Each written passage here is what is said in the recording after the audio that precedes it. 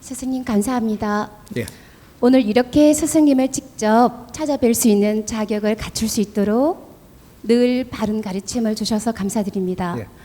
정법 공부를 목숨처럼 안고 지내시는 아픈 부모님들과 대화의 소통을 이루는 기적이 저희 집에서 일어날 수 있도록 기운을 불어넣어 주셔서 얼마나 감사한지 말로 다 표현할 수 없습니다. 무지했던 자식으로서 너무나 부끄럽고 죄송하기에 배움으로써 한텀에 깨달아가며 기운을 회복하는 부모님들의 그 역사적 소중한 순간들을 영상으로 만들어 많은 이들과 공유함으로 부모님들의 희생의 값을 조금이나마 돌려드리고 싶었습니다. 스승의 날에 공개된 부모님의 정법 일기와 영상 편지를 보시고 눈물을 흘리시는 아버지의 모습에서 제 공부가 너무나 많음을 가슴 아프게 또 깨닫게 됐습니다. 이런 기회를 선물해 주셔서 너무 감사드립니다. 오늘 질문 드리겠습니다. 선생님, 선생님께서 사이간을 쓰는 인간은 절대로 부모를 위해서 살지 못하며 사람은 부모를 버리지 않지만 인간은 부모를 버린다는 법문을 하셨습니다. 이 안에 담긴 원리를 다시 한번 풀어주시고 너무나 많은 희생을 하신 우리 부모님들께 사람 구실 제대로 하는 자식으로 살 수 있도록 따끔한 가르침 주십시오. 예. 감사합니다. 이 질문이 좋아서 박수는 안 치는 가 돼.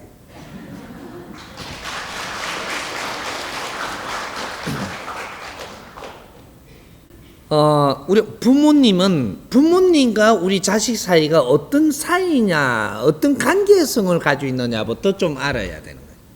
이걸 모르면 항상 헷갈리는 삶을 사는 거예요. 그래서 섭섭하게도 하고 이렇게 삶을 꼬이게도 살고 이러다 보니까 인생을 시간을 낭비하면 거기에다가 많은 시간을 투자하다 보니까 내 인생을 살지도 못하고 끝나버리는 이런 관계성을 가지고 있는 거예요.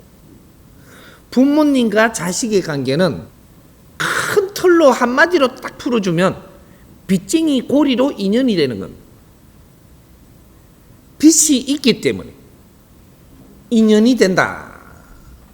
최고 큰 빚으로 인연이 되는 게 부모와 자식 간이에요. 그럼 너희들은 인연이지. 인연. 부모와 자식은 어떤 관계냐? 인연을 우리가 맺은 관계다. 인연은 어떻게 해서 맺냐? 빚이 있어야만 인연을 맺는다. 빚이 없으면 인연이 안 돼. 우리가 부부가 맺어지는 인연도 빚이 없으면 인연이 맺어지지를 않아. 빚의 관계로 인연법은 이루어지는 것이다.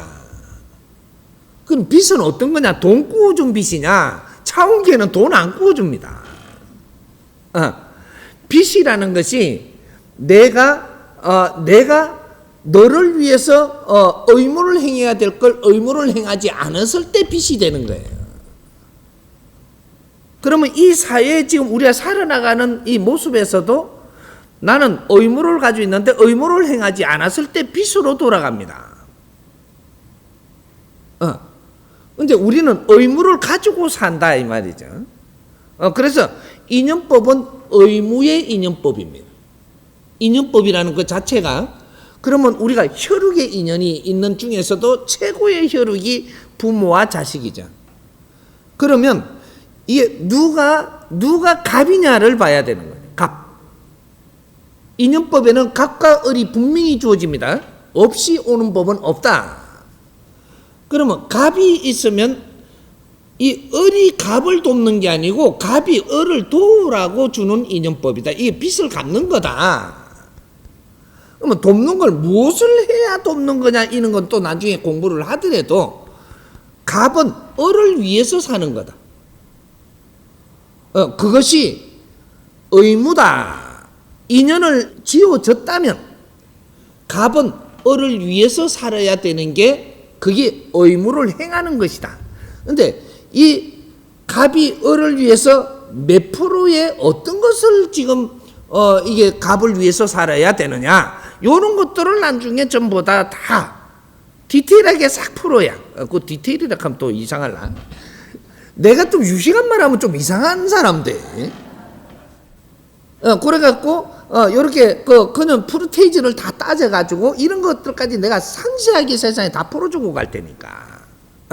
그래서 요는 이 갑은 항상 을을 위해서 살고, 을은 의무가 뭐냐? 을은 갑에게 도움받아서 네가 성장하고 잘 살아야 되는 게 을이에요. 갑을 돕기 위해서 사는 게 아니다 이 말이죠. 을은 갑을 도울 수가 없어. 너가 도울 수 있는 환경 자체가 주어지지 않았어. 그래서 돕는다라는 소리 하지를 마. 을은 항상 갑에게 받아서 네가 성장하는 게 그게 네 삶이에요. 그걸 잘했을 때 고마운 답례를 하는 겁니다. 그러면 자식과 부모 관계는 자식이 성장을 하는데 뒷바라지 하면서 돕는 게 부모가 해주는 거예요. 성장을 하는데. 기분 나쁜데 기분 풀어주는 게 아니고 성장하는데 뒷바라지 하는 거다. 그것이 의무다. 의무 중에 여기 외통수입니다. 부모는 자식이 성장하는데 뒷바라지 해주는 거다. 뒷바라지. 요거지. 여기 몇 프로가 되느냐? 내 인생의 30%가 됩니다. 그럼 자식이 성장하는데도 30%의 뒷받침을 하는 거다. 이것이 뒷바라지라고 하는 거는 30%를 넘으면 안 된다. 이 원칙도 있는 거예요. 자연의 법칙 안에 3대 7의 법칙이 있기 때문에. 우리가 원죄를 지을 때도 3대 7의 법칙으로 지었기 때문에 오버해서도 안 되고 미달해서도 안 되지만, 미달은 더 하면 되지만 오버한 것은 내가 직접적으로 타격으로 온다. 이렇게 되는 거예요. 그래서 자식을 가보도 안 되는 것이다. 그거는 자식을 망치게 하는 것이다. 이런 원리들을 우리가 알아야 되는 거예요. 자식이 부모님 앞에서 힘들게 살아간다면 부모가 분명히 자식한테 가보를 했다든지 의무의 그 선을 넘어가지고 너가 행위를 했을 때 그런 일이 일어나갖고 부작용으로 내한테 다가와서 나를 아프게 만든다 이 말이죠. 이러는 거예요. 그러면 우리가 인연법을 앞으로 이제 공부를 좀 해야 되는데, 전 세계에 이제 이 지상에 모든 이제 인류는 앞으로 인연법과 가족이 무엇인가 이 공부를 해야만 됩니다. 아무도 한 적이 없어요. 인류의 누구도. 그래가지고 헤매고 살고 눈물 흘리며 살고 걱정하다가 살고 죽어버려. 그걸 찾으라고 자꾸 그런 환경이 오는데 찾지는 안 하고, 달링 나는 가는 거를 못 잊었어. 계속 그러다가 이게 아주 천년만년을 그러고 있단 말이지. 그리고 노래를 그런 것만 자꾸 불러놔놓으니까. 이제 그런 거지. 그게 우리가 부모님이 자식을 위하는 거는 성장하는데 뒷바라지 해주는 데서 끝나야 된다. 그지? 그러면 어떻게 되냐? 인연법에 내가 할 일은 다 했다.